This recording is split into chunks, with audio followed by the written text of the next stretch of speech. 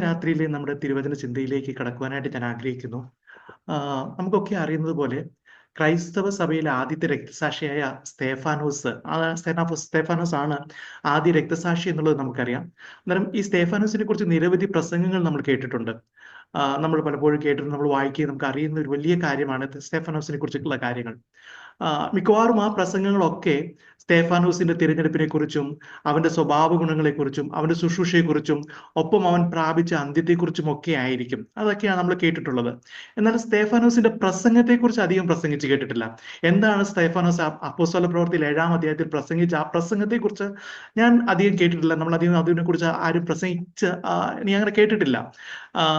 നീ ഞാനത് മുന്നോട്ട് പോട്ടെ. അതിൽ ചില കാര്യങ്ങൾ ആ ചാപ്റ്ററിനെ ബേസ് ചെയ്തുകൊണ്ട്, ആ അധ്യായത്തെ ബേസ് ചെയ്തുകൊണ്ട് ചില കാര്യങ്ങൾ പറയുവാനായിട്ടാണ് ഇന്ന് രാത്രി ഞാൻ കർത്താവിൽ ആശ്രയിക്കുന്നത്. സ്തേഫാനോസിനെ കുറിച്ച് ലഭ്യമായ വിവരങ്ങൾ അനുസരിച്ച് അവൻ കർത്താവ് യേശു ക്രിസ്തുവിന്റെ ശ്രേഷ്ഠനായ ഒരു സാക്ഷിയായിരുന്നു. ആ സാക്ഷ്യ നിമിത്തം, ആ ശ്രേഷ്ഠ സാക്ഷ്യ നിമിത്തം യഹൂദ പ്രമാണിമാർ അവനെ വിചാരണ ചെയ്ത് കൊന്നുകളഞ്ഞു എന്നുള്ളതാണ് അപ്പോസ്തല പ്രവൃത്തികളിൽ നിന്ന് നമുക്ക് വായിക്കാൻ കഴിയുന്നത്. അന്ന് സ്തേഫാനോസിന്റെ മേൽ ചുമത്തപ്പെട്ട ആരോപണങ്ങൾക്കുള്ള ഒരു മറുപടിയും കൂടിയാണ് അപ്പോസ്തല പ്രവൃത്തികളിലെ ആ 7-ാം അധ്യായത്തിൽ കാണുന്ന ആ വലിയ പ്രസംഗം. അവർ ചില കുറ്റങ്ങൾ സ്തേഫാനോസിന്റെ മേൽ ചുമത്തി, അതിന് ചില മറുപടികൾ അതൊക്കെ കൂടെ ചേർത്തിട്ടാണ് ആ പ്രസംഗം താൻ അവിടെ ആ വലിയ ജനസമൂഹത്തിന് മുമ്പിൽ, ആ ന്യായാധിപ സംഘത്തിന് മുന്നിൽ താൻ അതവിടെ നടത്തുന്നത്. നമ്മൾ ചരിത്രം നോക്കുകയാണെങ്കിൽ, അപ്പോസ്തല പ്രവൃത്തികളിലെ ചരിത്രം നോക്കുകയാണെങ്കിൽ, ഇതിനു മുമ്പ് പത്രോസിനെയും യോഹന്നാനെയും യേശുക്രിസ്തുവിന്റെ നാമത്തിൽ സൗഖ്യമാക്കി നിമിത്തം, അതായത് ഒരു മുടന്തനെ സൗഖ്യമാക്കിയ കാര്യങ്ങളൊക്കെ അറിയാം. അതിന്റെ ആ ഒരു കാരണ നിമിത്തം തടവിലാക്കുകയും വിചാരണയും അല്ലെങ്കിൽ വിചാരണ ചെയ്യുകയൊക്കെ ചെയ്തിരുന്നു. അതുപോലെ മറ്റൊരു സന്ദർഭത്തിൽ അപ്പോസ്തലന്മാരെ എല്ലാവരെയും തടവിലാക്കി. എന്നാൽ അന്ന് രാത്രി കർത്താവിന്റെ ദൂതൻ അവരെ അവിടെ നിന്ന് രക്ഷിച്ചിരുന്നു. എന്നാൽ അല്പം കൂടി മുന്നോട്ട് വരുമ്പോൾ, 6-ാം അധ്യായം അല്ലെങ്കിൽ 7-ാം അധ്യായം 8-ാം അധ്യായത്തിലേക്ക് വരുമ്പോൾ, അതായത് സ്തേഫാനോസിന്റെ സമയമായപ്പോൾ അപ്രകാരം ഒരു വിടുതലോ അത്ഭുതമോ ഒന്നും സംഭവിക്കാതെ താൻ ആദ്യത്തെ ക്രൈസ്തവ രക്തസാക്ഷിയായി മാറി എന്നുള്ളതാണ് നമുക്കവിടെ കാണാൻ കഴിയുന്നത്. ഇവിടെ സ്തേഫാനോസ് തന്റെ പ്രസംഗത്തിൽ യഹൂദ ചരിത്രത്തെ ഒരുമിച്ച്, അല്ലെങ്കിൽ യഹൂദ ചരിത്രത്തെ മുഴുവനായി ഒന്ന് അവലോകനം ചെയ്യുന്നതിലൂടെ തനിക്കെതിരായി ഉയർത്തിയ ആരോപണങ്ങൾക്കെല്ലാം പരോക്ഷമായി മറുപടി പറയുന്നുണ്ട്. നമുക്കറിയാം, അപ്പോസ്തല പ്രവൃത്തി 2-ാം അധ്യായത്തിൽ പെന്തക്കോസ്ത് നാളിലെ പത്രോസിന്റെ പ്രസംഗം അത് വളരെ പ്രസിദ്ധമാണ്. 3000 പേർ ഒരുമിച്ച് രക്ഷിക്കപ്പെട്ട അല്ലെങ്കിൽ സ്ഥാനപ്പെട്ട ആ പ്രസംഗം നമുക്കറിയാം. ആ പ്രസംഗം സ്തേഫാനോസിന്റെ പ്രസംഗവുമായി താരതമ്യം ചെയ്യുമ്പോൾ പത്രോസ് പ്രസംഗിച്ചത് യേശുവിന്റെ മരണത്തെക്കുറിച്ചും ഉയർത്തെഴുന്നേൽപ്പിനെ കുറിച്ചും തുടർന്നുള്ള മഹത്വത്തെക്കുറിച്ചുമായിരുന്നു പത്രോസ് പ്രസംഗിച്ചത്. എന്നാൽ സ്തേഫാനോസിന്റെ പ്രസംഗത്തിൽ അതിന്റെ അവസാനം വരെയും നോക്കിയാൽ യേശുവിനെ പേര് പറഞ്ഞ് പരാമർശിക്കുന്ന ഒരു ഭാഗം പോലും നമുക്ക് കാണാൻ കഴിയുന്നില്ല. അല്ലെങ്കിൽ യേശുക്രിസ്തുവിനെ കുറിച്ച് അത്ര പ്രത്യക്ഷത്തിൽ പറയുന്ന അല്ലെങ്കിൽ അങ്ങനെ ഒന്നും നമുക്ക് കാണാൻ കഴിയുന്നില്ല. അതിൽ മോശ വരുമെന്ന് പ്രവചിച്ച് പറഞ്ഞവൻ അല്ലെങ്കിൽ നീതിമാനായവൻ എന്നിങ്ങനെ 2 കാര്യങ്ങൾ മാത്രമാണ് യേശു കർത്താവിനെ ആ നിലയിൽ സൂചിപ്പിച്ച് പറയുന്നതെന്ന് നമുക്ക് കാണാൻ കഴിയുന്നുണ്ട്. ഈ മുഴുവൻ അധ്യായത്തിൽ അല്ലെങ്കിൽ അധ്യായം മുഴുവൻ നിറഞ്ഞു നിൽക്കുന്ന ഈ പ്രഭാഷണത്തിൽ അബ്രഹാമിനെ കുറിച്ച് ചില കാര്യങ്ങൾ പറയുന്നുണ്ട്. 8 വരെയുള്ള വാക്യങ്ങളിൽ അതാണല്ലോ. തുടർന്ന് 16 വരെയുള്ള വാക്യങ്ങളിൽ യോസഫിനെ കുറിച്ച് വിവരിക്കുന്നുണ്ട്. തുടർന്ന് കൂടുതൽ സമയം, ഏകദേശം 17 മുതൽ 43 വരെയുള്ള വാക്യങ്ങളിൽ മോശയുടെ അനുഭവങ്ങളെയും ശുശ്രൂഷകളെയുമാണ് അവിടെ സ്തേഫാനോസ് വിശദീകരിക്കാനായിട്ട് അവിടെ ശ്രമിക്കുന്നത്. ഏറ്റവും അവസാനം മരുഭൂമിയിലെ സമാഗമന കൂടാരത്തെ യെരുശലേം ദേവാലയവുമായി ചേർത്ത് കുറച്ച് കാര്യങ്ങൾ കൂടെ അല്ലെങ്കിൽ കുറച്ച് വിഷയങ്ങൾ കൂടെ അവിടെ പറയുന്നത് നമുക്ക് കാണാൻ കഴിയുന്നുണ്ട്.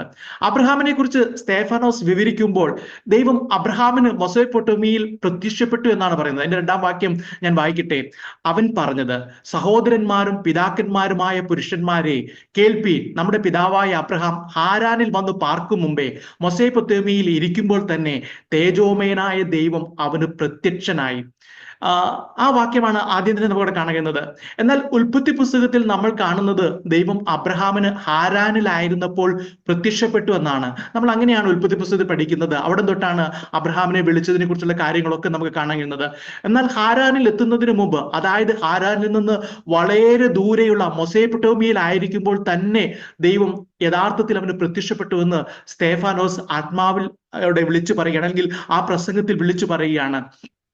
ഇതിലൂടെ ഒരു കാര്യം സ്തേഫനോസിന് പറയുവാനുള്ളത്, ദൈവം ഒരു പരിമിതമായ അല്ലെങ്കിൽ പരിമിതമായ ഭൂമിശാസ്ത്രപരമായ ഒരു സ്ഥലത്തിന്റെ മാത്രം ദൈവമല്ല എന്ന വസ്തുതയ്ക്ക് ഊന്നൽ നൽകിക്കൊണ്ടാണ് സ്തേഫാനോസ് വിചാരിക്കുന്നത്. ഇവരെ സ്തേഫാനോസിനെ വിചാരണ ചെയ്യുന്ന യഹൂദ പ്രമാണിമാർ വിചാരിക്കുന്നത് അവരുടെ മാത്രം ദൈവമായ ഒരു ദൈവം, അവരുടെ മാത്രമായ ഒരു ദേവാലയം, അവരുടെ മാത്രമായ ചില ആചാരങ്ങൾ, അത് അവർക്ക് മാത്രമേ ഉള്ളൂ, വേറെ ആർക്കും അതിൽ അവകാശമില്ല എന്ന് ചിന്തിച്ച് ആ നിലയിൽ മുന്നോട്ട് പോകുന്ന അവരോട് പറയാണ്, മെസൊപ്പൊട്ടേമിയ എന്ന് പറയുമ്പോൾ യെരുശലേമിൽ നിന്ന്, ഹാരാനിൽ നിന്ന് വളരെ ദൂരെ അകലെ ആയിരിക്കുമ്പോൾ തന്നെ അബ്രഹാമിന് പ്രത്യക്ഷപ്പെട്ട ഒരു ദൈവത്തെയാണ് അവിടെ കാണിക്കുന്നത്. അന്നേരം അവരുടെ ആ ഇസ്രായേൽ എന്ന് പറയുന്ന ആ ചെറിയ ചുറ്റുവട്ടത്തിന് അതിനപ്പുറത്തേക്കും ദൈവത്തിന്റെ പ്രത്യക്ഷതയുണ്ട്, ദൈവത്തിന് കാര്യങ്ങൾ ചെയ്യുവാനുള്ള, അല്ലെങ്കിൽ ദൈവം കാര്യങ്ങൾ ചെയ്യുന്നുണ്ട് എന്നുള്ള കാര്യങ്ങളെ കൂടിയാണ് സ്തേഫാനോസ് അവിടെ അവരോട് പറയുന്നത് നമുക്ക് മനസ്സിലാക്കാൻ കഴിയുന്നുണ്ട്. പ്രിയമുള്ളവരെ, അതേ ബൈബിളിലെ പഴയ നിയമത്തിലും പുതിയ നിയമത്തിലും വെളിപ്പെടുന്ന ദൈവം രണ്ടല്ല. അത് മാത്രമല്ല, ആ ദൈവം യഹൂദന്മാരുടെ മാത്രമായ ഒരു ദൈവവുമല്ല എന്നുള്ള കാര്യം സ്തേഫാനോസ് തന്നെ വിചാരണ ചെയ്യാൻ വന്ന മതപ്രമാണികൾ, സന്നിധിയും സംഘം അവരോടൊക്കെ, അല്ലെങ്കിൽ തന്നോട് ചുറ്റും നിൽക്കുന്ന ആ ആരോപണം ഉന്നയിക്കുന്ന എല്ലാവരോടും അവിടെ വിളിച്ചു പറയുന്നുണ്ട്.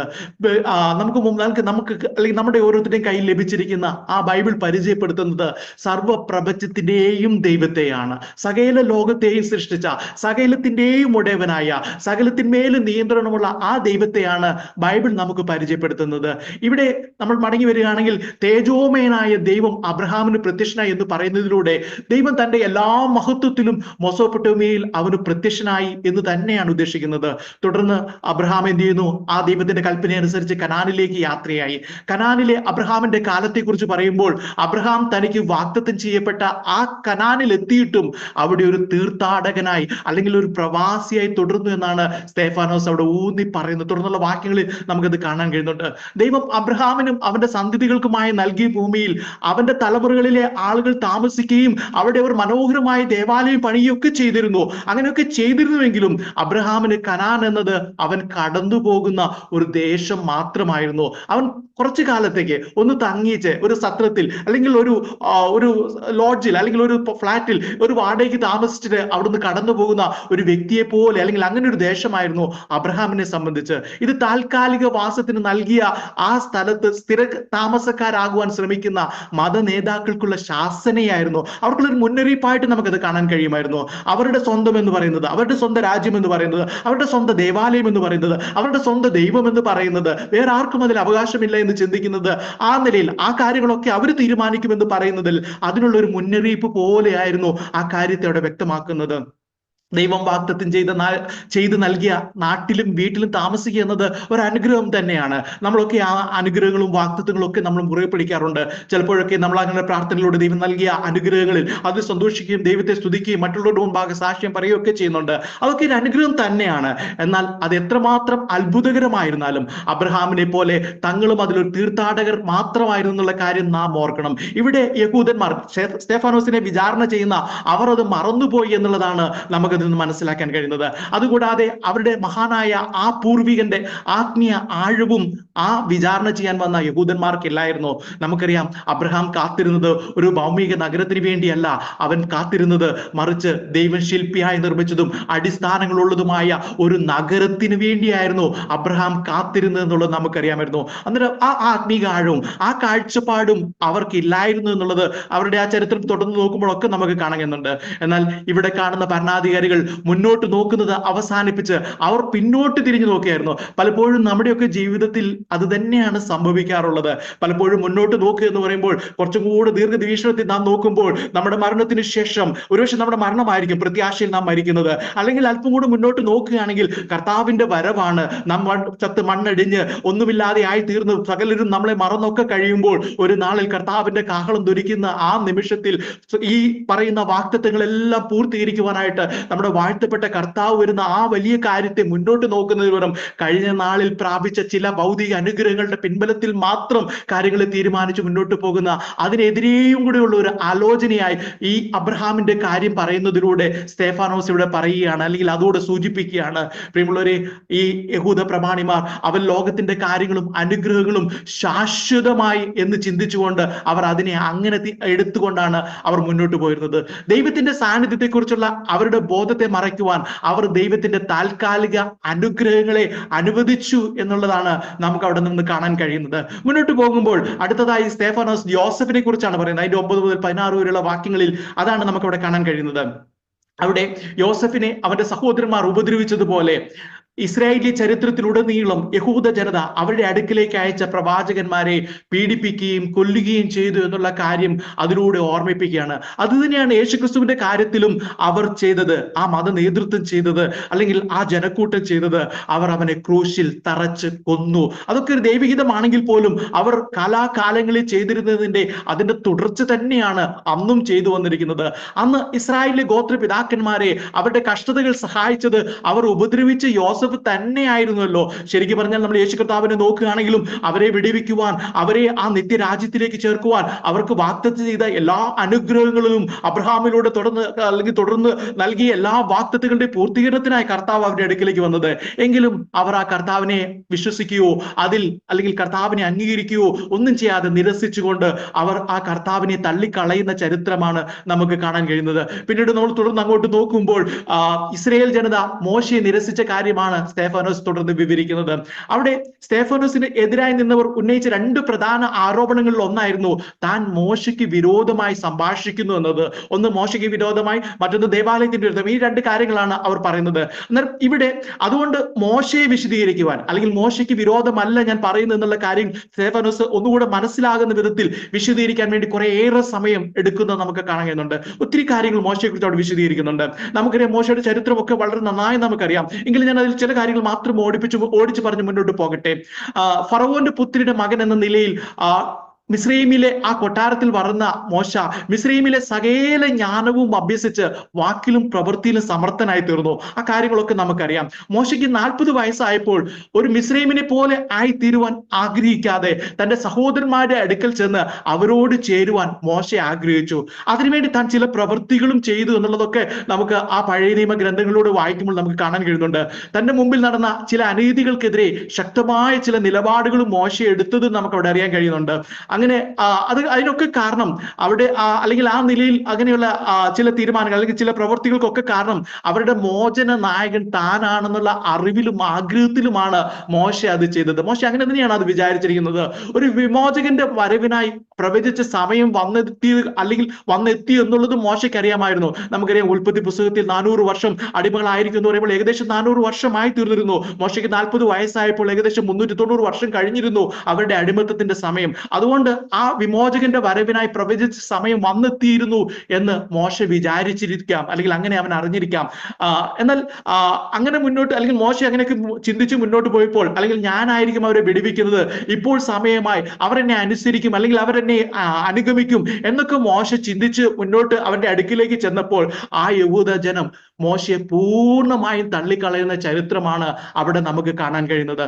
സ്വന്തം എന്ന് മോശ കരുതിയ ആളുകൾ അവനെ തള്ളിക്കളഞ്ഞ്, അല്ലെങ്കിൽ അവനെ ഉപേക്ഷിച്ച്, അവനെ കേൾക്കാതെ, അല്ലെങ്കിൽ അവനെ കേൾക്കാതെ എന്ന് പറയുമ്പോൾ അവർക്ക് വേണ്ടി അവൻ ചെയ്ത ചില പ്രവർത്തികൾ, അവിടെ അവൻ ഒരു കൊലപാതകത്തിലേക്ക് ഏർപ്പെടുന്നു എന്നുള്ള കാര്യം നമുക്കറിയാം. അത് താൻ ചെയ്യാൻ നിർബന്ധിതനായത് യഹൂദർക്ക് വേണ്ടി തന്നെയായിരുന്നു. അവർക്ക് വേണ്ടി ചെയ്ത പ്രവർത്തികളെ തെറ്റായി വ്യാഖ്യാനിക്കുകയും അതുപോലെ ആ കുറ്റങ്ങളെ അല്ലെങ്കിൽ ആ കാര്യങ്ങളെ വെച്ചുകൊണ്ട് അതിന്റെ പേരിൽ മോശയെ കുറ്റപ്പെടുത്തുന്നതൊക്കെ നമുക്ക് കാണാൻ കഴിയുന്നുണ്ട്. അതിനെ തുടർന്ന് മോശയ്ക്ക് മിസ്രൈമിൽ നിന്ന് മിദ്യാനിലേക്ക് പലായനം ചെയ്യേണ്ടി വന്നു, അല്ലെങ്കിൽ അവിടെ നിന്ന് ഓടി പോകേണ്ടി വന്നു. അവിടെ തന്റെ ജീവിതത്തിലെ വലിയൊരു കാലയളവായി ഏകദേശം 40 വർഷം അവൻ ആ മിദ്യാനിൽ ചിലവഴിച്ചു എന്നുള്ളത് നമുക്കറിയാം. മിദ്യാനിലെ 40 വർഷങ്ങൾക്ക് ശേഷം സീനായി പർവ്വതത്തിന് സമീപം കത്തുന്ന മുൾപടർപ്പിന്റെ അഗ്നിജാലയിൽ ദൈവം മോശയ്ക്ക് പ്രത്യക്ഷപ്പെട്ടു എന്നുള്ളത് ആ കാര്യവും നമുക്കറിയാം. ഞാൻ മുമ്പ് പറഞ്ഞു, അബ്രഹാമിന് മെസൊപ്പൊട്ടേമിയയിൽ വിളിച്ച് ദൈവം പ്രത്യക്ഷപ്പെടുന്ന ചില കാര്യങ്ങൾ ഞാൻ പറഞ്ഞിരുന്നു. അവിടെയുള്ള ദൈവം അത്രയും ദൂരെ പ്രത്യക്ഷമായി എന്നുള്ളത് സ്തെഫാനോസ് എടുത്തു പറയുന്നതിലൂടെ സ്തെഫാനോസ് ഉദ്ദേശിച്ച കാര്യങ്ങൾ എന്തെന്ന് നമ്മൾ ചിന്തിച്ചുവല്ലോ. ഇവിടെ മിദ്യാനിലെ സാഹചര്യം നോക്കിയാൽ ഇസ്രായേലിയർക്ക് വാഗ്ദത്തം പറഞ്ഞതോ അവകാശപ്പെട്ടതോ ആയ ഒരു സ്ഥലമായിരുന്നില്ല ദൈവം പ്രത്യക്ഷപ്പെട്ട ഈ സീനായി പർവ്വതം. അത് വിജാതിയുടെ ഒരു സ്ഥലമായിരുന്നു. അന്നും ഇന്നും അത് വിജാതിയുടെ ഒരു സ്ഥലമായി തന്നെ തുടരുകയാണ്. ഇനി നമുക്കൊക്കെ അറിയാം, നമ്മളൊക്കെ ഒറ്റയ്ക്കാകുമ്പോൾ ദൈവീയ സാന്നിധ്യമില്ല, കൂട്ടം വേണം എന്നൊക്കെ നമ്മൾ ചിന്തിക്കുമ്പോൾ ദൈവജനം എന്ന് പറയുന്ന നിലയിൽ, അല്ലെങ്കിൽ ആ നിലയിൽ അവന്റെ വംശത്തിലുള്ള ആരും തന്നെ അവനോട് അല്ലെങ്കിൽ അവന്റെ കൂട്ടായ്മയ്ക്കായി അവിടെ ഉണ്ടായിരുന്നില്ല. അവൻ തനിച്ചായിരുന്നു. അങ്ങനെ യാതൊന്നും ക്ലെയിം ചെയ്യാനില്ലാതിരുന്ന ആ ഒരു സാഹചര്യത്തിൽ അതെല്ലാം ആയിരിക്കുമ്പോൾ തന്നെ ദൈവം അവിടെ ഉണ്ടായിരുന്നു. താൻ നിൽക്കുന്ന സ്ഥലം വിശുദ്ധ ഭൂമിയാകിയാൽ കാലിൽ നിന്ന് ചെരുപ്പൂരിക്കളയുവാൻ മോശയോട് ആവശ്യപ്പെട്ടതിലൂടെ ആ പ്രദേശവും അവിടെ വെളിപ്പെട്ട ദൈവിക സാന്നിധ്യം കൊണ്ട് അതും ഒരു വിശുദ്ധ സ്ഥലമായി മാറി എന്നുള്ളത് നമുക്ക് ആ ചരിത്രത്തിൽ നിന്ന് നമുക്ക് കാണാൻ കഴിയുന്നുണ്ട്. അവിടെയും ദൈവത്തിന് പ്രത്യക്ഷനാകാൻ കഴിയുന്നു. ഒരിക്കലും ഏതെങ്കിലും ഒരു അല്ലെങ്കിൽ ഇസ്രായേലിൽ ചിന്തിച്ചതുപോലെ അവർ ചിന്തിക്കുന്ന അല്ലെങ്കിൽ അവരുടെ രാജ്യത്തിനുള്ളിൽ മാത്രം ഒതുങ്ങുന്ന ഒരു ദൈവമല്ല എന്നുള്ള കാര്യം സ്തെഫാനോസ് ആ കാര്യത്തിലൂടെ അവിടെ വിശദീകരിക്കുകയാണ്. ഇവിടെ മോശയുടെ കാലിലെ ചെരുപ്പ് അഴിച്ചു മാറ്റി അടുത്തു വരുവാൻ ആവശ്യപ്പെട്ടതിലൂടെ ദൈവത്തിന്റെ വിശുദ്ധിക്കൊത്ത നടപ്പിലേക്ക് ദൈവം മോശയെ നയിക്കുകയായിരുന്നു. മോശയോട് അതാണ് ആവശ്യപ്പെടുന്നത്, നിന്റെ നടപ്പ് മാറുവാൻ, നീ എന്റെ വിശുദ്ധിയിലേക്ക് എത്തിച്ചേരുവാനുള്ള ആ വലിയ ദൈവത്തിന്റെ ആഗ്രഹത്തെയാണ് മോശയുടെ മുന്നിലേക്ക് ദൈവം വെളിപ്പെടുത്തി കൊടുക്കുന്നത്. എന്നെ കേൾക്കുന്ന കർത്താവിൽ പ്രിയരെ, ലോകത്തിൽ എവിടെയായിരുന്നാലും ദൈവം നമുക്ക് അവന്റെ സാന്നിധ്യത്തെ വെളിപ്പെടുത്തുവാൻ അവന് സഹായിക്കുക അല്ലെങ്കിൽ അവന് സാധിക്കും, അവൻ അതിന് കഴിയുമെന്നുള്ള ഒരു കാര്യം നാം അറിയുക. കൂടാതെ എവിടെയായിരുന്നാലും നമ്മുടെ നടപ്പിലെ വിശുദ്ധി ദൈവം പ്രതീക്ഷിക്കുന്നുണ്ട് എന്നുള്ള കാര്യം കൂടെ നാം ഓരോരുത്തരും അറിയുക. ലോകത്തിൽ എവിടെയായിരുന്നാലും അവിടെ ദൈവത്തിന് വരാൻ കഴിയും, അവിടെ നമുക്ക് പ്രത്യക്ഷനായി തീരും. ലോകത്തിന്റെ ഏതറ്റത്ത് പോയിട്ട് ദാവീദ് പറയുന്ന പോലെ ലോകത്തിന്റെ അങ്ങേയറ്റത്ത് പോയി അവിടെ പോയി ഒളിച്ചിരുന്നാൽ പോലും അവിടെയും ദൈവം ഉണ്ട് എന്ന് പറയുന്നത് പോലെ ദൈവം എല്ലായിടത്തും ഉണ്ടെന്നുള്ള കാര്യം ഇതിലൂടെ അവിടെ വ്യക്തമാക്കുകയായിരുന്നു. നമുക്ക് നമ്മുടെ വിഷയത്തിലേക്ക് മടങ്ങി വന്നാൽ, നസ്രയനായ യേശു ഈ സ്ഥലം നശിപ്പിച്ച് മോശ നമുക്ക് ഏൽപ്പിച്ച മര്യാദകളെ മാറ്റിക്കളയും എന്നവർ പറയുന്നത് ഞങ്ങൾ കേട്ടു എന്ന് പറയിപ്പിക്കുന്നതിലൂടെ അവിടെ സ്തെഫാനോസിനെതിരായുള്ള കുറ്റാരോപണമാണ് എന്ന് പറയുന്നതിലൂടെ സർവ്വലോകത്തിന്റെയും ദൈവം അല്ലെങ്കിൽ സർവ്വത്തിന്റെയും ദൈവം അല്ലെങ്കിൽ സർവ്വത്തിന്റെയും ഉടമയായ സർവ്വലോകത്തിന്റെയും ദൈവത്തെ യഹൂദ വംശത്തിന്റെ പ്രാദേശിക ദൈവം എന്ന നിലയിൽ തരം താഴ്ത്തുന്നതിനെതിരായുള്ള ഒരു മുന്നറിയിപ്പാണ് മോശയുടെ ചരിത്രം വിവരിക്കുന്നതിലൂടെ സ്തെഫാനോസ് ഇവിടെ നൽകുന്നത് എന്ന് നമുക്ക് മനസ്സിലാക്കാൻ കഴിയുന്നുണ്ട്. പിന്നീട് മിസ്രൈമിൽ നിന്നും വിടുതൽ പ്രാപിച്ചു. പിന്നീട് മോശ, നമുക്കറിയാം, മോശ മടങ്ങി വന്നു, അവരുടെ അടുക്കൽ ചില അത്ഭുതങ്ങൾ ചെയ്ത് ഫറവോന്റെ അടുക്കൽ നിന്ന് 10 ബാധകളൊക്കെ അറിയിച്ച് ആ വലിയ ജനത്തെ വെടിവെച്ച് അവർ എന്ത് ചെയ്യുന്നുണ്ട്, ചെങ്കടലും കടന്ന് അവർ മുന്നോട്ട് പോകുമ്പോൾ വീണ്ടും അവർ ദൈവത്തെയും മോശയെയും തിരസ്കരിക്കുന്ന നിരവധി സന്ദർഭങ്ങളുണ്ട്. ഏറ്റവും പ്രധാനപ്പെട്ടത്, ഞാനല്ലാതെ അന്യദൈവങ്ങൾ നിനക്ക് ഉണ്ടാകരുതെന്ന് കൽപ്പന എഴുതിക്കൊണ്ടിരിക്കുന്ന സമയത്ത് തന്നെ ഒരു കാളക്കുട്ടിയെ വാർത്തുണ്ടാക്കി തങ്ങളെ മിസ്രൈമിൽ നിന്ന് വിടുവിച്ചത് ആ വിഗ്രഹമാണെന്ന് പറഞ്ഞുകൊണ്ട് ദൈവത്തെ തള്ളിക്കളഞ്ഞ ചരിത്രത്തെയും സ്തെഫാനോസ് അവിടെ ഓർമ്മിപ്പിക്കുകയാണ്. പ്രിയമുള്ളവരെ, ദൈവത്തെ നിരാകരിക്കുന്നതിലൂടെ അവർ മോശയെയും തള്ളിക്കളയുകയായിരുന്നു. ദൈവത്തിന്റെ കൽപ്പനയെ നിരാകരിക്കുന്നതിലൂടെ ദൈവത്തെ ദൈവമെന്ന് അംഗീകരിച്ച് അവനെ ആരാധിക്കുക അല്ലെങ്കിൽ അവനെ ബഹുമാനിക്കുക, അവന്റെ മുമ്പാകെ അവന്റെ അവന്റെ മക്കളായിരിക്കുക എന്ന ആ പദവിയിൽ നിന്ന് അല്ലെങ്കിൽ അവന്റെ ജനമായിരിക്കുക എന്ന പദവിയെ അവർ നിരാകരിക്കുന്നതിലൂടെ അവർ മോശയും നിരാകരിക്കുകയായിരുന്നു എന്നുള്ളതാണ്. യഥാർത്ഥത്തിൽ ഇവർ പറയുന്നത് മോശയെ നിരാകരിക്കുന്നു, മോശയുടെ ന്യായപ്രമാണത്തെ നിരാകരിക്കുന്നു എന്നുള്ള ചിന്തയാണ് സ്തെഫാനോസിനെതിരെ പറയുന്നത്. എന്നാൽ യഥാർത്ഥത്തിൽ അല്ലെങ്കിൽ സ്തെഫാനോസ് പറയുന്നത് ദൈവത്തെ തള്ളിക്കളഞ്ഞ ആ ജനമാണ് നിങ്ങൾ എന്നുള്ള കാര്യം അല്ലെങ്കിൽ ആ മത നേതൃത്വം എന്നുള്ള കാര്യം അവിടെ ഓർമ്മിപ്പിക്കുന്നു. ദൈവത്തെ തള്ളിക്കളഞ്ഞ അവരെ ദൈവവും കൈവിടുമെന്ന കാര്യം ആമോസ് പ്രവചനത്തിലെ ഒരു ഭാഗം ഉദ്ധരിച്ചുകൊണ്ട് സ്തെഫാനോസ് അവരെ അറിയിക്കുന്നത് അതിന്റെ അവസാന വാക്യങ്ങളിൽ നമുക്ക് കാണാൻ കഴിയുന്നുണ്ട്. അത് ശരിക്കും കോട്ട് ചെയ്യുന്നത് ആമോസ് പ്രവചനത്തിന്റെ 5-ാം അധ്യായത്തിൽ നിന്നാണ്. ഞാൻ ആമോസ് പ്രവചനത്തിലെ ആ വാക്യം ഒന്ന് വായിച്ചിട്ട് ഞാൻ മടങ്ങി വരാം. ഇവിടെ പറയുന്നത് ഇങ്ങനെയാണ്: ഇസ്രായേൽ ഗൃഹമേ, നിങ്ങൾ മരുഭൂമിയിൽ എനിക്ക് 40 സംവത്സരം ഹനനയാഗങ്ങളും ഭോജനയാഗങ്ങളും അർപ്പിച്ചുവോ? നിങ്ങൾക്ക് ഉണ്ടാക്കിയ വിഗ്രഹങ്ങളായി നിങ്ങളുടെ നക്ഷത്രദേവനായ ക്യൂനെയും നിങ്ങളുടെ രാജാവായ സീക്കൂത്തിനെയും നിങ്ങൾ ചുമന്നുകൊണ്ട് പോകേണ്ടി വരും. ഞാൻ നിങ്ങളെ ദമ്മേശേക്കിനപ്പുറം പ്രവാസത്തിലേക്ക് പോകുമാറാക്കും എന്ന് യഹോവ അരുളി ചെയ്യുന്നു എന്നാണ് ആ 5-ാം അധ്യായത്തിന്റെ 25 മുതലുള്ള വാക്യങ്ങളിൽ നമുക്ക് കാണാൻ കഴിയുന്നത്. അവിടെ പറയുന്നത് ഞാൻ നിങ്ങളെ ദമ്മേശേക്കിനപ്പുറം പ്രവാസത്തിലേക്ക് പോകുമാറാക്കും എന്നുള്ളതാണ്. എന്നാൽ സ്തെഫാനോസ് 7-ാം അധ്യായത്തിന്റെ 42 മുതൽ 43 വരെയുള്ള വാക്യങ്ങളിൽ ഇത് എടുത്തു പറയുമ്പോൾ ദമ്മേശേക്കിനപ്പുറം എന്നതിന് പകരം ബാബിലോണിനപ്പുറം എന്നാണ് അവിടെ പറയുന്നത്. ആ ഒരു പദം മാറ്റിയിട്ടാണ് സ്തെഫാനോസ് ആ ജനത്തോട് അല്ലെങ്കിൽ തന്നെ ന്യായം വിധിക്കുന്ന ആ ആൾക്കാരോട് പറയുന്നത്. പഴയ ചരിത്രത്തിൽ ശലോമോന്റെ കാലശേഷം വടക്കുള്ള ആ ഭാഗത്തെ ഇസ്രായേൽ എന്നും തെക്കുള്ള ഭാഗത്തെ യഹൂദ എന്നുമായി ആ രാജ്യം 2ആയി പിരിഞ്ഞു എന്നുള്ള ആ ചരിത്രം നമുക്കറിയാമല്ലോ. എന്നാൽ പിന്നീട് ആമോസ് പ്രവാചകൻ പ്രവചിച്ചിരുന്നത് വടക്കൻ രാജ്യമായ ഇസ്രയേലിനോടായിരുന്നു. അന്ന് അവരെ പ്രവാസത്തിലേക്ക് പിടിച്ചു കൊണ്ടുപോയത് സിറിയയിലെ ദമ്മേശേക്കിലേക്കായിരുന്നു. അവരുടെ ആ ചരിത്രമൊക്കെ അറിയാവുന്നത് ഞാൻ അതിൽ കൂടുതൽ വിശദീകരിക്കുന്നില്ല. അതിനും ചില വർഷങ്ങൾക്ക് ശേഷമാണ് തെക്കേ രാജ്യമായ യഹൂദയിലെ ജനത്തെ പിടിച്ചടിമകളാക്കി ബാബിലോണിലേക്ക് കൊണ്ടുപോയത്. എന്നാൽ ഈ സ്തെഫാനോസിന്റെ കാലഘട്ടം വന്നപ്പോൾ സ്തെഫാനോസ് സംസാരിക്കുന്നത് വടക്കുള്ള യഹൂദ ജനത്തോടായതിനാൽ സ്തെഫാനോസ് ആ ജനത്തോട് പറയുകയാണ്, ആ പ്രവചന ഭാഗം തന്നെ കോട്ട് ചെയ്തുകൊണ്ട്, എങ്കിൽ ദമ്മേശേക്കിന് അപ്പുറമുള്ള എന്ന ആ പദത്തിന് പകരം അവരെ നീ പിടിച്ചുകൊണ്ട് അല്ലെങ്കിൽ അവരെ ബാബിലോണിന് അപ്പുറത്തേക്ക് പിടിച്ചു കൊണ്ടുപോകുമെന്നുള്ള ആ കാര്യം അവിടെ അറിയിക്കുന്നത് നമുക്ക് മനസ്സിലാക്കാൻ കഴിയുന്നുണ്ട്. സ്തെഫനോസ് ഇതുവരെയുള്ള തന്റെ പ്രസംഗത്തിലൂടെ സ്ഥാപിക്കുന്ന കാര്യം തന്നെ വിചാരണ ചെയ്യാൻ വന്ന മതപ്രമാണികളും ന്യായാധിപ സംഘവും യോസഫിന്റെ സഹോദരന്മാരുടെ തലമുറക്കാരന്മാരാണെന്നാണ് അവിടെ സ്തെഫനോസ് വിശദീകരിക്കുന്നത്. നമുക്കറിയാം യോസഫിന്റെ സഹോദരന്മാരെന്ന് പറയുമ്പോൾ അവർ ഗോത്രപിതാക്കന്മാരാണ്, ഇസ്രയേലിന്റെ അവരുടെ പൂർവ്വ പിതാക്കന്മാരാണ്, അവരുടെ പിൻതലമുറക്കാരാണ്. അവർ യോസഫിനെ ഉപദ്രവിച്ച കാര്യം നമുക്കറിയാം. അതുപോലെ തന്നെ അവർ യോസഫിനെ ദ്രോഹിച്ചതുപോലെ മോശയെ തിരസ്കരിച്ചവരാണ്. ആ സ്വഭാവം അവരുടെ ചരിത്രത്തിലുടനീളം അവർ പ്രകടിപ്പിച്ചവരാണ്. അവരാണ് ഇന്ന് അല്ലെങ്കിൽ ഈ വിചാരണ മധ്യേ സ്തെഫാനോസിനെ എതിരായി നിൽക്കുന്നത് എന്നുള്ള കാര്യം ഓർമ്മിപ്പിക്കുന്നു. അവർ ബാബിലോണിൽ നിന്ന് കനാനിലേക്ക് മടങ്ങിയവരുടെ സന്തതികളാണെന്നുള്ള കാര്യം കൂടി അവരെ ഓർമ്മിപ്പിക്കുന്നുണ്ട്. അവര് അല്ലെങ്കിൽ അവരുടെ പൂർവികരെ ബാബിലോണിലേക്ക് കൊണ്ടുപോയ ഒരു ആത്മാവുണ്ട്. നമുക്കറിയാം അനേക തവണ യിരെമ്യാവിലൂടെ ആ പ്രവാചകന്മാരിലൂടെ ഒക്കെ അവരോട് സന്ദേശം ലഭിച്ചില്ലെങ്കിൽ സന്ദേശങ്ങളെ അല്ലെങ്കിൽ അവരോട് മടങ്ങിവരവുള്ള കാര്യങ്ങളെയൊക്കെ അറിയിച്ചിട്ടും അതൊന്നും അനുസരിക്കാതെ അതിനൊന്നും വകവെക്കാതെ ബാബിലോണിലേക്ക് നിങ്ങളെ പിടിച്ചു കൊണ്ടുപോയിക്കൊള്ളൂ എന്നുള്ള നിലയിൽ ആ ബാബിലോണിയുടെ കയ്യിലേക്ക് വീണു കൊടുക്കുന്ന അവരുടെ ചരിത്രത്തെ ഓർമ്മിക്കുന്നു. അതേ ആത്മാവ് ഇപ്പോഴും ഈ ഇസ്രായേലിന്റെ മേൽ ഉണ്ട് എന്നുള്ള കാര്യം അവരെ ഓർമ്മിപ്പിക്കുന്നു. മോശയുടെ ന്യായപ്രമാണത്തെ നിന്ദിക്കുന്നതിനാൽ തന്നെ കുറ്റവിചാരണ ചെയ്യുന്നു എന്ന് പറയുന്നവരുടെ ദൈവത്തോടുള്ള അനുസരണക്കേട് സ്തെഫാനോസ് തന്റെ നീണ്ട പ്രഭാഷണത്തിലൂടെ ഇവിടെ വ്യക്തമാക്കിയാണ്. അന്നുള്ള ആ യഹൂദ ജനം മോശയിൽ പ്രശംസിക്കുമ്പോൾ തന്നെ അവർ അവരുടെ ജീവിതകാലം മുഴുവൻ മോശയുടെ നിയമം ലംഘിച്ചു. നമുക്കറിയാം അതൊരു വലിയ ഒരു വിരോധാഭാസമാണ്. അവർ മോശയിൽ പ്രശംസിക്കുന്നുണ്ട്, എന്നാൽ അവർ മോശയുടെ ന്യായപ്രമാണത്തിന്റെ അതിന്റെ ആ ആന്തര സത്തിനെ അവർ എപ്പോഴും തിരസ്കരിക്കുന്നവരായിരുന്നു. ഇന്നും അതുപോലെയുള്ള ഒത്തിരി കാര്യങ്ങൾ നമുക്ക് കാണാൻ കഴിയുന്നുണ്ട്. നമ്മുടെ ജീവിതത്തിൽ നമ്മൾ പലപ്പോഴും ക്ലെയിം ചെയ്യുന്ന നമ്മുടെ പല പാരമ്പര്യങ്ങളും അതിൽ തന്നെയാണ് കടന്നു പോകുന്നത്. ഇവിടെ മോശ നിരസിച്ചതിലൂടെ അവർ യേശുവിനെ കുറിച്ചുള്ള സത്യവും നിരസിക്കുകയായിരുന്നു. കാരണം എന്നെ പോലെ ഒരു പ്രവാചകൻ കടന്നു വരും എന്നുള്ള മോശ പറഞ്ഞ കാര്യം അവരെ അല്ലെങ്കിൽ യേശുവിനെ നിരസിക്കുമ്പോൾ മോശയെ നിരസിക്കുകയാണ്, ദൈവത്തെ നിരസിക്കുകയാണ്. അത് തുടർച്ചയായി അത് സംഭവിച്ചു വരികയാണെന്നുള്ള കാര്യം നമുക്കറിയാം. ഇന്ന് വിവിധ പാരമ്പര്യങ്ങൾ പ്രശംസിക്കുന്ന സകലരും ഇതേ പാപാവസ്ഥയിൽ തന്നെയാണ് കടന്നു പോകുന്നത്. ഞാൻ മുമ്പ് പറഞ്ഞിരിക്കുന്ന പോലെ ആത്മീയമായി മുന്നോട്ട് നോക്കി ആ പ്രത്യാശയെ പുതുക്കാൻ കഴിയാതെ കഴിഞ്ഞ കാലങ്ങളിലുള്ള ചില കാര്യങ്ങളെ ഭൗതിക അനുഗ്രഹങ്ങൾ ദൈവം ചെയ്തത് തന്നെയാ, സത്യമാ.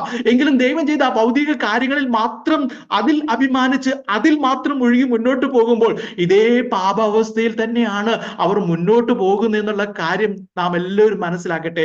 ഇതുവരെ അബ്രഹാം, യോസഫ്, മോശ തുടങ്ങിയ വ്യക്തികളുടെ ചരിത്രത്തെ വിവരിച്ച സ്തെഫാനോസ് തുടർന്ന് യെരുശലേം ദേവാലയത്തിന്റെ ചരിത്രത്തിലേക്കും അവരുടെ ശ്രദ്ധയെ കൊണ്ടുവരുന്നത് നമുക്ക് കാണാൻ കഴിയുന്നുണ്ട്. അദ്ദേഹത്തിന്റെ അവസാന ഭാഗങ്ങളിൽ കടന്നു വരുമ്പോൾ അവിടെ നമുക്കറിയാം മിസ്രൈമിൽ നിന്ന് വിടുതൽ പ്രാപിച്ച ആ ജനം മരുഭൂമിയിൽ അലഞ്ഞു തിരിയുന്ന സമയത്ത് ചുമന്നു കൊണ്ടുപോകാവുന്ന ദേവാലയമായിരുന്നു അവർക്കുണ്ടായിരുന്നത്. അതിന് സമാഗമന കൂടാരം എന്നവർ പേർ വിളിച്ചിരുന്നു. പിൽക്കാലത്ത് ശലോമോന്റെ ഭരണകാലത്താണ് സ്ഥിരമായ ഒരു ദേവാലയം അല്ലെങ്കിൽ കെട്ടിടത്തിൽ അല്ലെങ്കിൽ അങ്ങനെയുള്ള ഒരു സ്ഥിരമായ ദേവാലയം, മനോഹരമായ ഒരു ദേവാലയം പണിതത് എന്നുള്ളത് നമുക്കറിയാമായിരുന്നു. പിന്നീട് ആ ദേവാലയം നശിപ്പിക്കപ്പെട്ടു. പ്രവാസത്തിൽ മടങ്ങി വന്നതിന് ശേഷം അവർ ദേവാലയം പണിതിരുന്നു. എങ്കിലും ഹെരോദ രാജാവാണ് ആ ദേവാലയത്തെ ഏറ്റവും മനോഹരമായ രീതിയിൽ അതിനെ പുനർനിർമ്മിച്ചത്. അത് കർത്താവ് യേശുക്രിസ്തുവിന്റെ കാലത്തുണ്ടായിരുന്ന ആ ദേവാലയമാണ് എന്ന് നമുക്കറിയാം. ആ ഹെരോദ രാജാവ് പണിത ആ ദേവാലയം യെരുശലേമിന്റെ ഒരു മഹത്വമായിരുന്നു. ആ കാലത്ത് അവർക്ക് വളരെ അല്ലെങ്കിൽ അത്രമാത്രം ശ്രേഷ്ഠതയും അത്രമാത്രം മനോഹരമായ രീതിയിലായിരുന്നു അത് പണിതിരുന്നത്. അതിന്റെ ഭൂരിഭാഗവും സ്വർണം കൊണ്ട് പൊതിഞ്ഞിരുന്നു. അത്ര മനോഹരമായി തന്നെ അത് അവിടെ നിന്നിരുന്നു. കാരണം അല്ലെങ്കിൽ ഭൗതിക കണ്ണുകൾ കൊണ്ട് നോക്കിക്കഴിഞ്ഞാൽ അത്രയ്ക്ക് ആഗ്രഹിക്കത്തക്കതായ ഒരു മന്ദിരം തന്നെയായിരുന്നു ആ യെരുശലേം ദേവാലയം എന്ന് നമുക്ക് മനസ്സിലാക്കാൻ കഴിയുന്നുണ്ട്. ഇവിടെ സ്തെഫാനോസ് മഹത്വമില്ലാത്ത അല്ലെങ്കിൽ ഈ പറയുന്ന കണ്ണുകൊണ്ട് കണ്ടാൽ മഹത്വമൊന്നും തോന്നാത്ത മരുഭൂമിയിലെ കൂടാരത്തെ ഈ ഹെരോദാവിന്റെ മഹത്തായ ദേവാലയവുമായിട്ട് ഒരു താരതമ്യം ചെയ്യുന്നത് നമുക്കവിടെ മനസ്സിലാക്കാൻ കഴിയുന്നുണ്ട്. മരുഭൂമിയിലെ സമാഗമന കൂടാരം മാനുഷിക വീക്ഷണത്തിൽ അതിമനോഹരമായിരുന്നില്ല. പുറമെ നിന്ന് നോക്കുമ്പോൾ തകശുതോൽ കൊണ്ട് മൂടപ്പെട്ട അതിനെ നമുക്ക് മനസ്സിലാക്കാം. ആ രീതിയിലുള്ള വിശദീകരണങ്ങളൊക്കെ നമുക്കറിയാമല്ലോ. എന്നാൽ ദൈവത്തെ അവിടെ കണ്ടെത്താമായിരുന്നു. അവിടേക്ക് കടന്നു വന്ന സകലരുമായ ദൈവിക സാന്നിധ്യത്തെ ഭയപ്പെട്ടിരുന്നു എന്ന് ആ കാലഘട്ടത്തിലുള്ള ചരിത്രം നമ്മൾ പഴയ നിയമത്തിൽ വായിക്കുമ്പോൾ നമുക്കറിയാമായിരുന്നു. എന്നാൽ യെരുശലേം ദേവാലയത്തിൽ ശുശ്രൂഷ ചെയ്തിരുന്ന പുരോഹിതന്മാർ ദേവാലയത്തെ സ്നേഹിച്ചു. അതിനപ്പുറം കാണാൻ അവർക്ക് കഴിഞ്ഞില്ല. നമുക്കറിയാം കർത്താവിന്റെ കാലത്ത് കർത്താവ് 2 പ്രാവശ്യം ദേവാലയം ശുദ്ധീകരിക്കപ്പെട്ട ആ സാഹചര്യങ്ങളൊക്കെ നമുക്കറിയാം. അത് ഇതിനോടൊക്കെ ചേർത്ത് ബന്ധിക്കുമ്പോൾ ദൈവത്തെ അവർ അതിനുള്ളിൽ കണ്ടെത്തിയില്ല എന്നുള്ളത് തന്നെയാണ് നമുക്ക് മനസ്സിലാക്കാൻ കഴിയുന്നത്. പിൽക്കാലത്ത് പൗലോസ് തന്റെ ലേഖനങ്ങളോട് നമുക്ക് വെളിപ്പെടുത്തി അല്ലെങ്കിൽ നമ്മളോട് അരുളി ചെയ്ത ആ വചനപ്രകാരം നാം ഓരോരുത്തരും ദൈവത്തിന്റെ മന്ദിരമെന്ന് ആത്മാവിൽ വെളിപ്പെടുത്തിയതിന്റെ സൂചനയും ഈ താരതമ്യത്തിൽ നമുക്ക് കാണാൻ കഴിയുന്നുണ്ട്. പ്രവൃത്തിയുടെ പുസ്തകത്തിൽ 7-ാം അധ്യായത്തിന്റെ 48 മുതലുള്ള വാക്യങ്ങളൊന്നും ഞാൻ വായിച്ചിട്ട് മുന്നോട്ട് വരട്ടെ. അവിടെ പറയുന്നുണ്ട് ഇങ്ങനെയാണ്, അത്യുന്നതൻ കൈപ്പിണി ആയതിൽ വസിക്കുന്നില്ലാതാനും, സ്വർഗം എനിക്ക് സിംഹാസനവും ഭൂമി എന്റെ പാദപീഠവുമാകുന്നു. നിങ്ങൾ എനിക്ക് പണിയുന്ന ആലയം ഏതുവിധം, എന്റെ വിശ്രമ സ്ഥലം ഏത് എന്ന് പറയുന്നതിലൂടെ ആ ദേവാലയത്തിന്റെ സമയവും കടന്നുപോയി എന്നാണ് സ്തേഫാനോസ് അവിടെ ആ തന്നെ വിചാരണ ചെയ്യുന്ന ആ യഹൂദ പ്രമാണിമാരോട് അവരോട് പറയുന്നത്. അവരോട് അതാണ് സൂചിപ്പിക്കുന്നത്. ശലോമോനാണ് അവിടെ ഒരു സ്ഥിരമായ ദേവാലയം നിർമ്മിച്ചത്.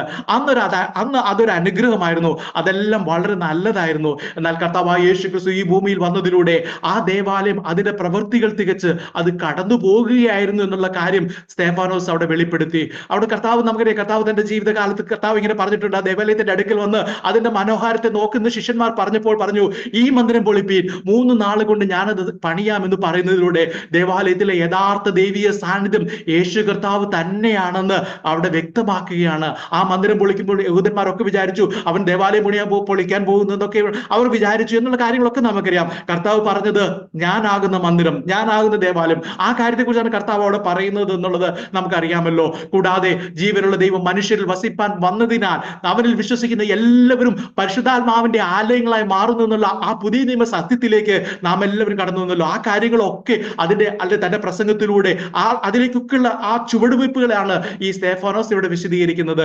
തന്റെ പ്രസംഗത്തിന്റെ ഏറ്റവും അവസാനത്തിൽ സ്തേഫാനോസ് താൻ പറഞ്ഞ കാര്യങ്ങളെ എല്ലാം ഒരു യഥാർത്ഥ പ്രാവചനിക ശൈലിയിൽ ഉപസംഹരിക്കുന്നതും നമുക്ക് അവിടെ കാണാൻ കഴിയുന്നുണ്ട്. അതിലൂടെ തന്നെ വിചാരണ ചെയ്യാൻ വന്ന നേതാക്കന്മാർക്കെതിരെ അവൻ 3 ആരോപണങ്ങൾ അവിടെ ഉന്നയിക്കുന്നുണ്ട്. അവർ എപ്പോഴും ചെയ്തിരുന്നത് പോലെ അവർ പരിശുദ്ധാത്മാവിനെ എതിർക്കുകയായിരുന്നു. ഒരിക്കലും അവർ നേരിട്ട് പറയത്തില്ല അവർ ദൈവത്തിനെതിരായിരുന്നു അല്ലെങ്കിൽ പരിശുദ്ധാത്മാവിനെതിരായിരുന്നു എന്ന് അവർ ഒരിക്കലും നേരിട്ട് പറയില്ല. പക്ഷേ അവരുടെ പ്രവൃത്തികൾ നോക്കുമ്പോൾ, അത് ദൈവവചന പ്രകാരം നോക്കുമ്പോൾ അവർ പരിശുദ്ധാത്മാവിനെ എതിർക്കുകയായിരുന്നു. പ്രിയമുള്ളവരെ, ഞാനിത് പറയുമ്പോൾ ഞാനത് സ്പെസിഫിക് ആയിട്ട് ഞാൻ നിങ്ങളെ ആരെയും അല്ലെങ്കിൽ നമ്മളെ ആരെയും ചേർത്ത് പറയുന്നില്ല, അല്ലെങ്കിൽ ഈ കാലഘട്ടത്തെ ചേർത്ത് പറയുന്നില്ലെങ്കിൽ പോലും ആത്മാവ് സംസാരിക്കുന്നത് കേൾക്കുവാൻ ഇന്ന് രാത്രി ഇവിടെ ഉണ്ടാകട്ടെ. രണ്ടാമതായി, എപ്പോഴും ചെയ്തിരുന്നത് പോലെ അവർ പ്രവാചകന്മാരെ പീഡിപ്പിക്കുകയും കൊല്ലുകയും ചെയ്തു. ഈ കാലഘട്ടത്തിലേക്ക് നോക്കുമ്പോൾ എത്തരം പ്രവാചകന്മാരെയാണ് നമ്മൾ സ്വീകരിക്കുന്നത് നോക്കുമ്പോൾ നമുക്ക് ആ കാര്യങ്ങളൊക്കെ നമുക്ക് മനസ്സിലാക്കാൻ കഴിയുന്നുണ്ട്. മൂന്നാമതായി, എല്ലായ്പ്പോഴും ചെയ്തിരുന്നത് പോലെ അവർ മോശയുടെ നിയമം ലംഘിക്കുകയായിരുന്നു. അവർ മോശയിൽ പ്രശംസിച്ചിരുന്നു, മോശയെ കുറ്റം പറയുന്നവരെ അവർ അനുവദിച്ചില്ല, അവർ സഹിച്ചില്ല. പക്ഷെ മോശയുടെ നിയമം അവർ അനുസരിച്ചില്ല എന്നുള്ളത്, അല്ലെങ്കിൽ മോശയുടെ നിയമം ലംഘിക്കുകയായിരുന്നുള്ള കാര്യം നമുക്ക് മനസ്സിലാക്കാൻ കഴിയുന്നുണ്ട്. ഈ കാര്യങ്ങളൊക്കെ സ്തേഫാനോസ് പറഞ്ഞപ്പോൾ, ഇതെല്ലാം കേട്ടപ്പോൾ യഹൂദ മതപ്രമാണികൾ കോപപരവശരായി അവന്റെ നേരെ പല്ലുകടിച്ച് ഉറക്കെ നിലവിളിച്ച് ചെവി പൊത്തിക്കൊണ്ട് ഒരുമിച്ച് അവന്റെ നേരെ പാഞ്ഞു ചെന്നു അവനെ നഗരത്തിൽ നിന്ന് തള്ളി പുറത്താക്കി അവനെ കല്ലെറിഞ്ഞു എന്നാണ് ആ ഭേദഭാഗം നമ്മളെ അറിയിക്കുന്നത്. സ്തേഫാനോസ് തന്റെ അവസാന പ്രസംഗം ആരംഭിക്കുന്നതിന് മുമ്പ് അവന്റെ മുഖം ഒരു ദൈവദൂതന്റെ മുഖം പോലെ തിളങ്ങി എന്നാണ് 6-ാം അധ്യായത്തിന്റെ 15-ാം വാക്യത്തിൽ രേഖപ്പെടുത്തിയിരിക്കുന്നത്. ആ ഭാഗങ്ങളൊക്കെ പിന്നീട് നിങ്ങൾ പോയി വായിച്ചു നോക്കുക. എന്നാൽ തന്റെ പ്രസംഗത്തിന്റെ അവസാനത്തിൽ അല്ലെങ്കിൽ പ്രസംഗത്തിന്റെ ഒടുവിൽ സ്തേഫാനോസ് തലയുയർത്തി നോക്കിയപ്പോൾ ഒരു ദൂതനെ അല്ല അവിടെ കാണുന്നത്, മറിച്ച് അവർ ക്രൂശിച്ച കർത്താവായ യേശു ക്രിസ്തുവിനെ തന്നെയാണ് സ്തേഫാനോസ് അന്ന് അവിടെ കാണുവാൻ അല്ലെങ്കിൽ ദർശനത്തിൽ കാണുന്നത്. ആ ഭാഗം അവിടെ അതിന്റെ 55-ും 56-ും വാക്യത്തിൽ കാണുന്നുണ്ട്. ഞാൻ ആ വാക്യം ഒന്ന് വായിച്ചിട്ട് വരട്ടെ. വാക്യം ഇങ്ങനെയാണ് പറയുന്നത്. പ്രവൃത്തികളുടെ പുസ്തകം 7-ാം അധ്യായത്തിന്റെ 55-ും 56-ും വാക്യം. അവനോ പരിശുദ്ധാത്മാവ് നിറഞ്ഞവനായി സ്വർഗത്തിലേക്ക് ഉറ്റുനോക്കി ദൈവം മഹത്വവും ദൈവത്തിന്റെ വലത്ത് ഭാഗത്ത് യേശു നിൽക്കുന്നതും കണ്ടു. ഇതാ സ്വർഗം തുറന്നിരിക്കുന്നതും മനുഷ്യപുത്രൻ ദൈവത്തിന്റെ വലത്ത് ഭാഗത്ത് നിൽക്കുന്നതും ഞാൻ കാണുന്നു എന്ന് പറഞ്ഞു. ഇവിടെ ഈ ദർശനത്തിൽ യേശു ദൈവത്തിന്റെ വലത്ത് ഭാഗത്ത് നിൽക്കുന്നു എന്നത് വളരെ അത്ഭുതകരമായ ഒരു സംഗതിയാണ്. നമുക്ക് എബ്രായ ലേഖനത്തിൽ നമ്മൾ പഠിച്ചിട്ടുണ്ട്, പഴയ നിയമ പുരോഹിതന്മാരുടെയും ശ്രേഷ്ഠ മഹാപുരോഹിതനായ യേശു കർത്താവിന്റെ ശുശ്രൂഷകളെ താരതമ്യം ചെയ്തുകൊണ്ട് പറയുന്നത് അതിന്റെ 10-ാം അധ്യായത്തിന്റെ 11-12 വാക്യങ്ങൾ ഇങ്ങനെ പറയുന്നുണ്ട്. ഏത് പുരോഹിതനും ദിവസേന ശുശ്രൂഷിച്ചും പാപങ്ങളെ പരിഹരിപ്പാൻ ഒരു നാളും കഴിയാത്ത അതേ യാഗങ്ങളെ കൂടെ കൂടെ കഴിച്ചും കൊണ്ട് നിൽക്കുന്നു എന്നാണ് അവിടെ പറഞ്ഞത്. യേശുവോ പാപങ്ങൾക്ക് വേണ്ടി ഏകയാഗം കഴിച്ചിട്ട് എന്നേക്കും ദൈവത്തിന്റെ വലത്ത് ഭാഗത്തിരുന്നു കൊണ്ട് തന്റെ ശത്രുക്കൾ തന്റെ പാദപീഠമാകോളം കാത്തിരിക്കുന്നു അവിടെ പറയുന്നത്. അവിടെ ഇരുന്നു കൊണ്ട്, ദൈവത്തിന്റെ വലത്ത് ഭാഗത്ത് ഇരുന്നു കൊണ്ട് എന്നുള്ളതാണ് അവിടെ പൗലോസ് കർത്താവായ യേശു ക്രിസ്തുവിനെ കുറിച്ച് പറയുന്നത്. ഇവിടെ ദേവാലയത്തിലേക്ക് നോക്കുകയാണെങ്കിൽ ഇവിടെ ഇരിപ്പിടങ്ങളില്ലാത്ത ദേവാലയത്തിൽ എപ്പോഴും നിന്നുകൊണ്ട് ശുശ്രൂഷ ചെയ്യുന്ന പഴയ നിയമ പുരോഹിതന്മാരെയും സകലവും പൂർത്തീകരിച്ച ശേഷം ദൈവസിംഹാസനത്തിലിരിക്കുന്ന യേശു കർത്താവിനെ താരതമ്യം ചെയ്യുന്നതാണ് നമുക്ക് അവിടെ കാണാൻ കഴിയുന്നത്. എന്നാൽ ഈ വേദഭാഗത്ത് സ്തേഫാനോസിന്റെ ദർശനത്തിൽ യേശു കർത്താവ് നിൽക്കുന്നതായി കാണുന്നതിന് 2 കാരണങ്ങൾ വേദപണ്ഡിതന്മാർ പറയുന്നുണ്ട്. 2 കാരണങ്ങൾ അവിടെ നിൽക്കുന്നതായി സ്തേഫാനോസിന്റെ ദർശനത്തിൽ കാണുവാൻ അതിന് 2 കാരണങ്ങൾ പറയുന്നുണ്ട്. നമുക്ക് ആ കാരണങ്ങളൊന്ന് നോക്കാം. ഒന്ന്, യേശു കർത്താവ് തന്റെ ആദ്യ രക്തസാക്ഷിയായ സ്തേഫാനോസിനെ സ്വീകരിക്കാനായി എഴുന്നേറ്റു നിന്നു എന്നുള്ളതാണ് ആദ്യമായി അതിനെക്കുറിച്ച് പറയുന്നത്. ഈ താണ ലോകത്തിലേക്ക് വന്ന് ഞാനത് അതിനെക്കുറിച്ച് ചിന്തിച്ചപ്പോൾ, ഞാൻ അതിനെക്കുറിച്ച് ഒന്ന് വായിച്ചപ്പോൾ എനിക്ക് തോന്നി, സകലത്തിന്റെയും ഉടയവനായ, സകലത്തിന്റെയും സൃഷ്ടാവായ, സകലത്തിന്റെയും ആ ദൈവത്തിന്റെ ആ പദവിയെക്കുറിച്ച് നമ്മൾ ചിന്തിക്കുന്നതിനേക്കാൾ ഒക്കെ അപ്പുറമുള്ള ആ പദവിയുള്ള ആ ദൈവപുത്രൻ എഴുന്നേറ്റ് നിന്നു എന്ന് പറയുമ്പോൾ എനിക്ക് ആദ്യം അല്പം വിശ്വസിക്കാൻ തോന്നി. എങ്കിൽ പോലും ഒന്ന് ചിന്തിച്ചപ്പോൾ ഈ താണ ലോകത്തിലേക്ക് വന്ന് ഏറ്റവും താണ നിലയിലുള്ള മനുഷ്യരുടെ ഇടയിൽ പാർത്തുകൊണ്ട്, എല്ലാവരുടെയും പ്രാർത്ഥന കേട്ടുകൊണ്ട്, അവരുടെ പ്രിയപ്പെട്ടവരെ സൗഖ്യമാക്കുവാനായി തെരുവുകളിലും ഭവനങ്ങളിലും സെമിത്തേരികളിലും ഒക്കെ ചെന്ന അത്രയും പ്രാധാന്യത്തോടെ കരുതിയിരുന്ന തന്റെ ശിഷ്യഗണത്തിൽ നിന്ന് ആദ്യമായി കടന്നു വരുന്ന സ്തേഫാനോസിനെ സ്വീകരിക്കുവാൻ കർത്താവ് എഴുന്നേറ്റ് നിന്നു എന്നത് നമുക്ക് വിശ്വസിക്കാൻ കഴിയാവുന്നത് തന്നെയാണ്. അത്ര ശ്രേഷ്ഠമായി തന്നെയാണ് തന്റെ ഭക്തന്മാരെ ദൈവം കാണുന്നു എന്നുള്ള ഒരു വലിയ സത്യം തന്നെയാണ് ഇന്ന് രാത്രി എനിക്ക് പറയുവാനുള്ളത്. ദൈവത്തിൽ വിശ്വസിച്ച് ജീവരക്ഷ പ്രാപിച്ച് നാം എല്ലാവരും ദൈവത്തിന് അത്രയ്ക്ക് പ്രിയപ്പെട്ടവരാണെന്നുള്ള കാര്യം നാം എല്ലാവരും മനസ്സിലാക്കുക. ഒരുപക്ഷെ ക്രൂശീകരണ സമയത്ത് മാനസാന്തരപ്പെട്ട വ്യക്തിക്ക് ശേഷം നമുക്കറിയാം, ആ ദുഷ്പ്രവൃത്തിക്കാരിൽ ഒരുത്തൻ മാനസാന്തരപ്പെട്ടു എന്നുള്ള കാര്യം നമുക്കറിയാം. ആ വ്യക്തിക്ക് ശേഷം സ്വർഗത്തിലേക്ക് ചേർക്കപ്പെടുന്ന ആദ്യ വ്യക്തിയായിരിക്കാം സ്തേഫാനോസ്. അതുകൊണ്ട് തന്നെയല്ല ഓരോ വ്യക്തിയും എടുക്കുമ്പോൾ കർത്താവ് ആ നിലയിൽ തന്നെ സ്വീകരിക്കുമെന്നുള്ളതാണ് ഞാൻ ചിന്തിക്കുന്നത്. രണ്ടാമത്തെ കാരണം, ഭൂമിയിലെ ഒരു വിചാരണ മധ്യയാണല്ലോ സ്തേഫാനോസ് മരിക്കുന്നത്. അവൻ മോശയുടെ ന്യായപ്രമാണ നിമിത്തം ദേവാലയത്തെ അവഹേളിച്ചത് നിമിത്തം അവനെതിരെ അവർ കുറ്റങ്ങളൊക്കെ ആരോപിക്കുമ്പോൾ സ്വർഗത്തിൽ നമുക്ക് എല്ലാവർക്കും വേണ്ടി മധ്യസ്ഥ ചെയ്യുന്ന യേശു കർത്താവ് ഭൂമിയിലായിരുന്നപ്പോൾ ഇപ്രകാരം പറഞ്ഞിരുന്നു. മത്തായിയുടെ സുവിശേഷം 10-ാം അധ്യായത്തിന്റെ 32 മുതൽ വാക്യങ്ങളിൽ ഇങ്ങനെയാണ് കാണുന്നത്: മനുഷ്യരുടെ മുന്നിൽ എന്നെ ഏറ്റുപറയുന്ന ഏവനെയും സ്വർഗസ്ഥനായ എന്റെ പിതാവിന്റെ മുമ്പിൽ ഞാനും ഏറ്റുപറയും. മനുഷ്യരുടെ മുന്നിൽ എന്നെ തള്ളി പറയുന്നവനെയോ എന്റെ പിതാവിന്റെ മുമ്പിൽ ഞാനും തള്ളിപ്പറയും. തന്നെ ഏറ്റു പറഞ്ഞുകൊണ്ട് കടന്നു വരുന്ന സ്തേഫാനോസിനെ പിതാവിന്റെ മുമ്പിൽ എഴുന്നേറ്റ് നിൽക്കുന്നതിലൂടെ യേശു കർത്താവും ഏറ്റു പറയുകയാണ്, അവനെ സ്വീകരിക്കുകയാണ്, അവന് വേണ്ടി അവിടെ വാദിക്കുകയാണ്. തന്റെ ദർശനത്തിൽ സ്തേഫാനോസ് ഭൂമിയിലെ മനുഷ്യരെക്കാൾ ശ്രേഷ്ഠമായി വാദിക്കുന്ന ഒരു അഡ്വക്കേറ്റിനെയും ഏറ്റവും ന്യായത്തോടെ വിധിക്കുന്ന ഒരു ന്യായാധിപതിയും കൂടെ കാണുകയാണ് ആ ദർശനത്തിലൂടെ അവിടെ സംഭവിക്കുന്നത്. അന്ന് കല്ലുകൊണ്ടുള്ള ഏറുകൊണ്ട് സ്തേഫാനോസ് ഒരു നികൃഷ്ടമായ നിലയിൽ മരിച്ചാലും സ്വർഗത്തിൽ ഒരു വലിയ സ്വീകരണം സ്തേഫാനോസിന് വേണ്ടി സ്തേഫാനോസിന് ലഭിക്കുന്നതായി ആ ദൈവവചനം അവിടെ സാക്ഷ്യപ്പെടുത്തുന്നു എന്ന് നമുക്ക് കാണുന്നുണ്ട്. ഇന്നത്തെ സന്ദേശം ഇവിടെ അവസാനിപ്പിക്കുമ്പോൾ തീർച്ചയായും ചില ചോദ്യങ്ങൾ ഈ സന്ദേശം ഉയർത്തുന്നുണ്ട്. ആദ്യമായി, പാരമ്പര്യങ്ങളിലും ലോകത്തിനുമുള്ളതിൽ പ്രശംസിച്ചുകൊണ്ട് അതിനെ ദൈവികമായത് എന്ന് തെറ്റായി കരുതി മുന്നോട്ട് പോകുന്നവരാണോ നമ്മൾ എന്നുള്ള ഒരു ചോദ്യമാണ് നമ്മളോട് ഓരോരുത്തരോടും ഇന്ന് രാത്രി ചോദിക്കുവാനുള്ളത്. എങ്കിൽ നമുക്ക് ദൈവത്തിന്റെ പൂർണ്ണഹിതങ്ങളിലേക്ക് മടങ്ങി വരാം. അടുത്ത്, ശരിയായ ആലോചന തരുന്ന പരിശുദ്ധാത്മാവിനെ തിരസ്കരിച്ച് ദൈവവചന വിരുദ്ധമായതിനെ സ്വീകരിക്കുന്നവരാണോ നമ്മൾ? പ്രിയമുള്ളവരെ, അത് പരിശോധിക്കുക. ഞാൻ അതൊന്നും സ്പെസിഫൈ ചെയ്ത് പറഞ്ഞിട്ടില്ല. അതൊക്കെ ഒന്ന് പരിശോധിക്കുവാനുള്ള ഒരു അവസരമാണ് ഇന്ന് രാത്രിയിൽ. അങ്ങനെയെങ്കിൽ മടങ്ങി വന്നാൽ കാത്തിരിക്കുന്ന കർത്താവിനെ നമുക്കറിയാം. അവിടെ സീനായി പർവ്വതത്തിൽ മോശയും കാത്തിരിക്കുന്ന ഒരു ദൈവത്തെ നമുക്ക് കാണാൻ കഴിഞ്ഞു. 40 വർഷത്തിന് ശേഷം അവൻ തനിച്ചായി സകല പ്രതീക്ഷകളും അവസാനിച്ചപ്പോൾ അവിടെയും കാത്തിരിക്കുന്ന ഒരു ദൈവത്തെ നമുക്ക് കാണാൻ കഴിയുന്നുണ്ട്. ആലോചന അല്ലെങ്കിൽ ആ കാത്തിരിക്കുന്ന കർത്താവിനെയും ആലോചന തരുന്ന ആത്മാവിനെയും കണ്ടെത്താൻ കഴിയുമെന്ന് ഈ വചനം ഇന്ന് രാത്രി നമ്മെ ഓരോരുത്തരെയും അറിയിക്കുന്നുണ്ട്. ഇന്ന് രാത്രി എന്നെ കേൾക്കുന്ന കർത്താവിൽ പ്രിയരെ, യഥാർത്ഥമായി കർത്താവിനെ സ്നേഹിക്കുന്നതിലൂടെ കഷ്ടതകൾ അനുഭവിക്കുന്നവരാണ് നിങ്ങളെങ്കിൽ ഒരു കാര്യം ഓർക്കുക. ഇവിടെ നമ്മളെ വിചാരണ ചെയ്യുന്നവർക്ക് കാണാൻ കഴിയാത്ത ഒരു സ്വർഗീയ വിചാരണ സ്വർഗത്തിൽ നമുക്കായി നടക്കുന്നുണ്ട്. അവിടെ നമ്മുടെ ആരുടെയും യോഗ്യത കൊണ്ടല്ല നാം അവിടെ നീതീകരിക്കപ്പെടുന്നത്. നമ്മെ ഓരോരുത്തരെയും യോഗ്യരായി എണ്ണിയ കർത്താവിന്റെ യോഗ്യതയും നീതിയുമാണ് അവിടെ നമ്മെ നീതീകരിക്കുന്നു എന്നുള്ള കാര്യം നാം മനസ്സിലാക്കട്ടെ. സ്തേഫാനോസ് ഏറ്റവും അവസാനം പ്രാർത്ഥിച്ചത്, കർത്താവേ, അവർക്ക് ഈ പാപം നിർത്തരുതേ എന്നായിരുന്നു. ആ പ്രാർത്ഥനയെ ദൈവം അംഗീകരിച്ചു. അന്ന് വരെ ദൈവത്തിന്റെ ഹിതത്തെ തെറ്റായി വ്യാഖ്യാനിച്ച് ദൈവത്തിൽ നിന്ന് അകന്നു പോയവരും അന്ന് സ്തേഫാനോസിനെ ഉപദ്രവിച്ചവരിൽ നിന്ന് ആ വ്യക്തികളിൽ നിന്ന് ആരെങ്കിലും മടങ്ങി വരുവാനായി അവർക്ക് വേണ്ടി ദൈവം ഒരുക്കുന്ന അവസരങ്ങളിൽ തന്നെത്താൻ താഴ്ത്തി കടന്നു വരികയാണെങ്കിൽ അവരെ ദൈവം കൈക്കൊള്ളണമേ എന്നുള്ളതായിരുന്നു സ്തേഫാനോസിന്റെ പ്രാർത്ഥന.